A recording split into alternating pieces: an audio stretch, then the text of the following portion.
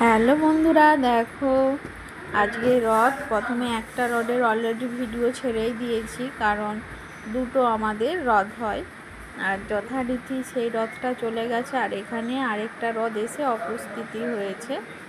আর রথটাকে দেখো কত সুন্দরভাবে সাজিয়েছে। আর রথের মধ্যে আছে জগন্নাথ, বলরাম আর গোপু ভাই। এত সুন্দর লাগছে, দেখো যতটা পারছি তোমাদের সঙ্গে শেয়ার করছি। এই দেখো কত কিউট লাগছে না?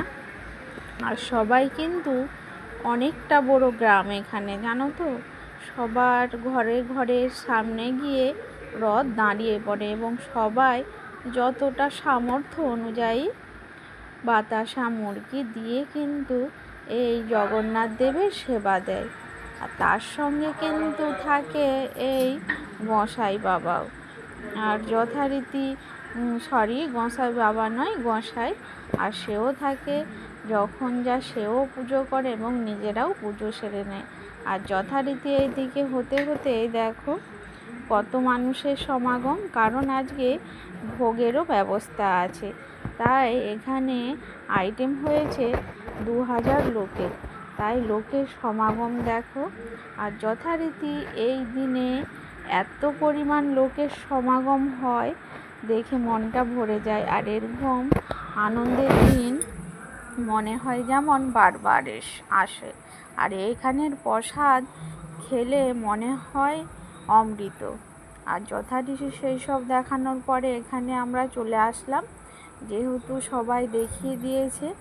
আবার এখানে আরেক ঘরে ক্ষীরভোগ নিবেদন করছে, তাই বামুন ঠাকুরকে বলল তুমি একটু দেখিয়ে দাও।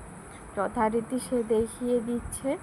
আর যে যেমন, কেউ বাতাসা, কেউ ক্ষীরভোগ, কেউ পায়েস, কেউ নাড়ু, যে যেরকমভাবে মানে প্রভুকে আজকে কিন্তু সেবাটা দেয়।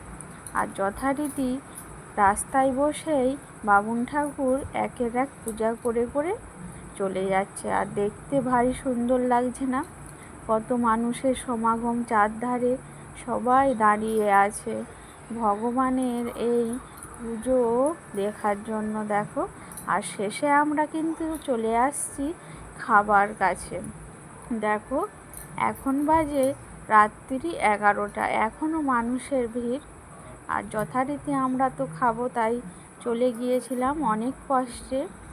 একটা জায়গা পেলাম, আর সবাই ভালোভাবেই খাচ্ছে, বেশি লং করলাম না। টাটা বন্ধুরা।